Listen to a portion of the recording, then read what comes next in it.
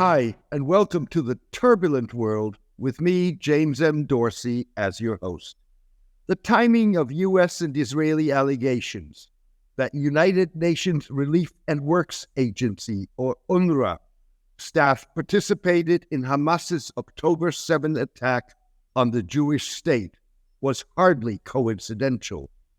The allegations and the halt in UNRWA funding by 9 Western countries, including the United States, Britain, Germany, Italy, Canada, and Australia, raise questions that go far beyond UNRWA's potential culpability.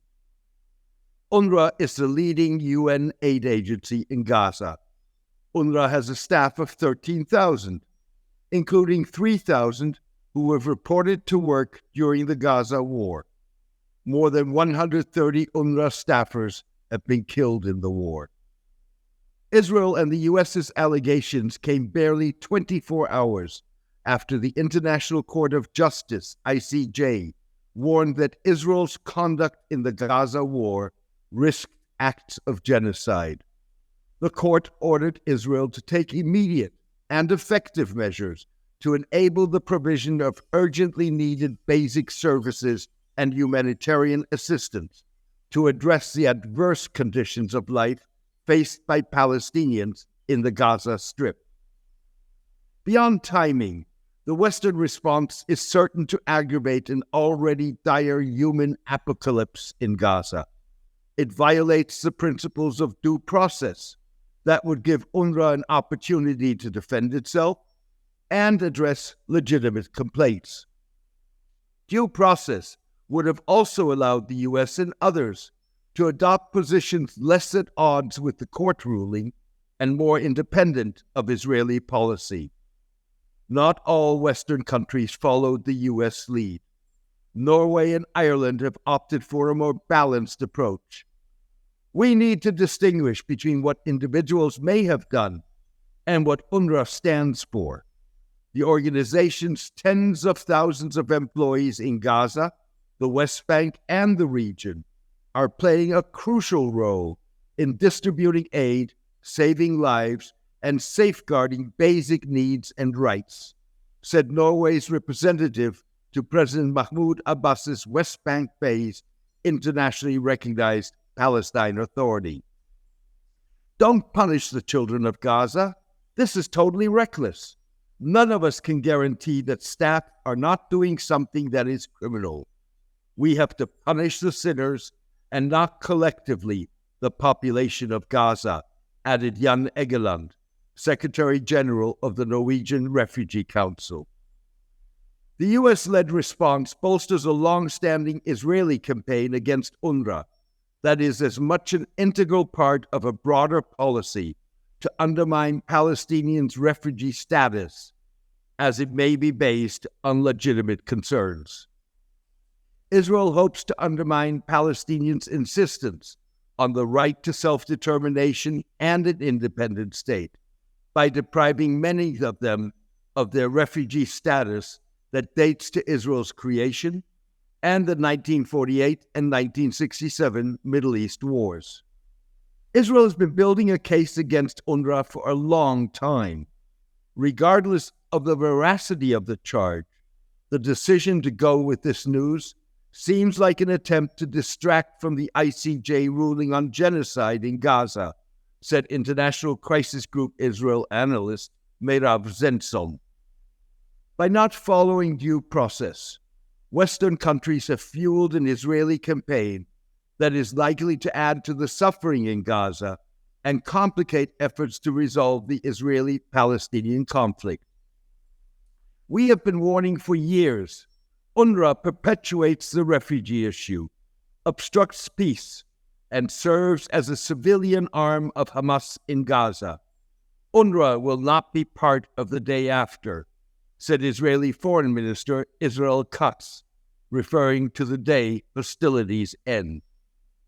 UNRWA has not denied allegations that 12 staff members participated in the October 7 attack, in which 1,100 people, mostly civilians, were killed.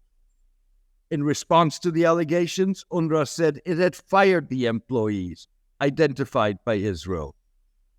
Any UNRWA employee who was involved in acts of terror will be held accountable, including through criminal prosecution, UNRWA said. The UN organization noted that it shares the list of all of its staff with host countries every year, including Israel. The agency never received any concerns on specific staff members. UNRWA has asked for an independent investigation, while warning that Gazans depend on it for humanitarian aid. The investigation could substantiate allegations that support for Hamas among UNRWA staff is broader than the organization has admitted. UN Watch, a group that focuses on alleged anti-Semitism and anti-Israeli bias at the UN, asserted that 3,000 UNRWA teachers were members of a Telegram chat group that celebrated the October 7th Hamas massacre. It was unclear whether the chat group included only current staff or also past employees. Before the war, UNRWA allocated 58% of its budget to education. It operated 183 schools, attended by 286 students in Gaza, that follow curricula provided by the Palestine Authority, supplemented by materials produced by the UN organization staff.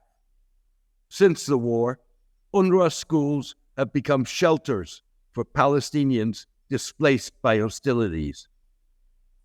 A November 2023 report by the Institute for Monitoring Peace and Cultural Tolerance in School Education, or IMPACT SE, an Israeli group that engages in textbook analysis, asserted that materials in UNRWA schools were openly anti-Semitic and continued to encourage violence, jihad, and martyrdom, while peace is not taught as preferable or even possible.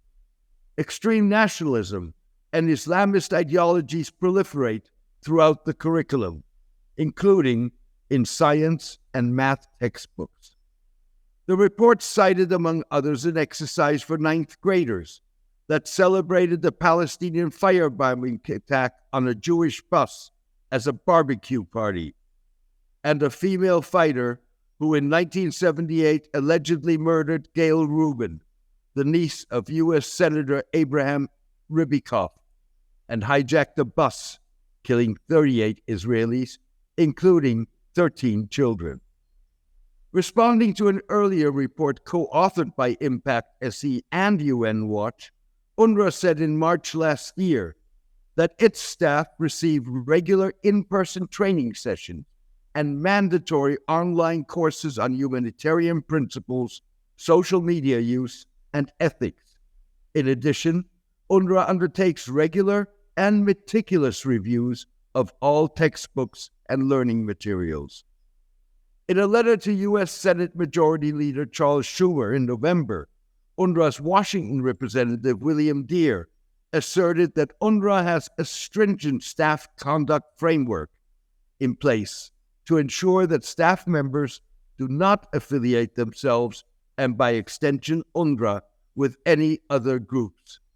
All UNRWA staff, Palestine refugees and contractors, vendors, and non-state donors are screened against the consolidated United Nations Security Council sanctions list. To be sure, a majority of Gazan Hamas affiliates are unlikely to have been added to the sanctions list. Even so, backing for Hamas among mostly Gazan UNRWA staff suggests broader popular support for Hamas that ebbs and flows, particularly in times of war. Moreover, the anti-UNRWA campaign speaks to the achievability of Israel's goal of destroying Hamas. It suggests that Hamas has a popular base that will make it a Palestinian force to reckon with, irrespective of when the guns in Gaza fall silent. As a result, the solution is not penalizing UNRWA at a time of Gazans' greatest need. The immediate solution is due process, leading to reform of the organization. and ultimately a resolution of the Israeli-Palestinian conflict that meets the aspirations and security needs of Israelis and Palestinians. For Israel, this is true strategically and tactically. Already on the defensive in an information war in which images of carnage speak louder than words, Israel would benefit more from being seen as complying with the international court's emphasis on humanitarian aid and encouraging UNRWA to tackle its problematic issues. Israel can just go and say whatever it wants, but basically, if you are explaining, you are losing. Online, what speaks powerfully is images, said Max Boot, a military historian and foreign policy analyst. We're used to a reality where history is written by the victor. It's not the case anymore, conceded Masha Michelson, an Israeli military social media warrior. Thank you for joining me today. I hope you enjoyed today's column and podcast. The Turbulent World with James M. Dorsey depends on the support of its readers. For the past 12 years, I have maintained free distribution as a way of maximizing impact. I am determined to keep it that way. However, to avoid putting up a paywall, I need the support of a core of voluntary paid subscribers to cover the cost of producing the column and podcast. If you believe that the column and podcast add value to your understanding and that of the broader public, please consider becoming a paid subscriber. You can do so by clicking on Substack on the subscription button at www.jamesmdorsey.substack.com and choosing one of the subscription options. Thank you. Take care and best wishes.